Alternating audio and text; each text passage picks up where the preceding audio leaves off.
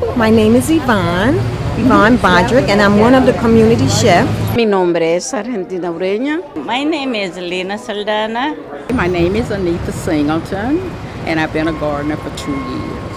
And I've lived in this development for 33 years.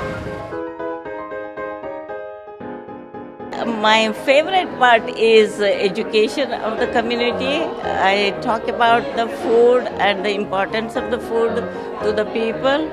And many people started to cook themselves and to have a good nutritional food instead of eating in the restaurant.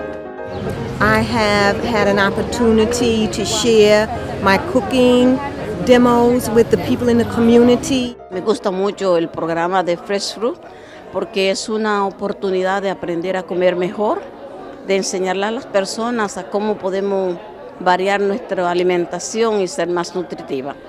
We are involved in every activity of that: decision making, distribution, packaging, and everything.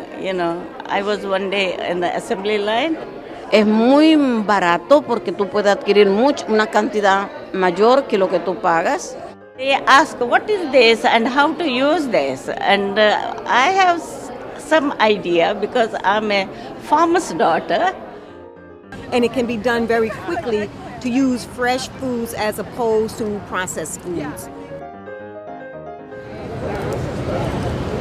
There's so much that we want to do, so now that we're getting our own little grants and whatnot, we can really? Well, yeah. We got our first one. It wasn't but $700, but that's a start. So we're going to really make this place beautiful. So once I get the tax ID number and everything, I already got my staff though. I'm the president, the vice president, secretary, and the financial secretary. That's already set in place. I already got their signature. If you look around these tables right here, you'll see that the older adults in this community are really the leaders for Greene's food access movement. We're here, we've been living here for years, and we see people back and forth every day, and we don't talk, we don't speak. We just go about our business.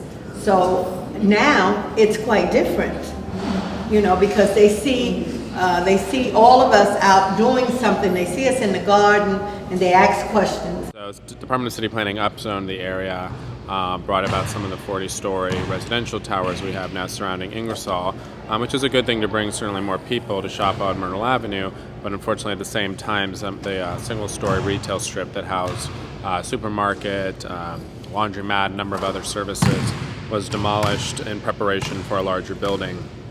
Then with the downturn that's happened over the last couple of years, essentially construction has stopped. We're working hard to with the residents and seniors here at Ingersoll to work with a developer who owns the property across the street and to recruit an appropriate supermarket for this community to help improve food access.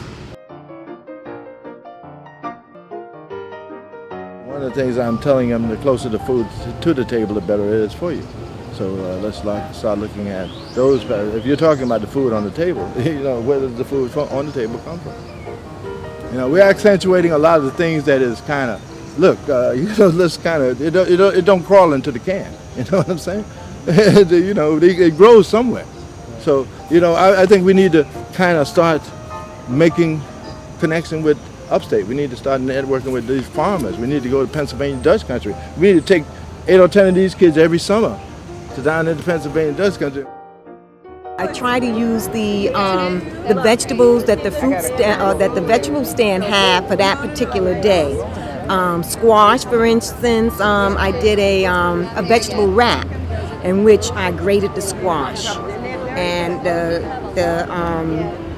the food was not cooked, so it was a cold dish, and it just only took maybe 10-15 minutes. Grated raw squash? Yes. And you eat it raw? And you can eat it raw.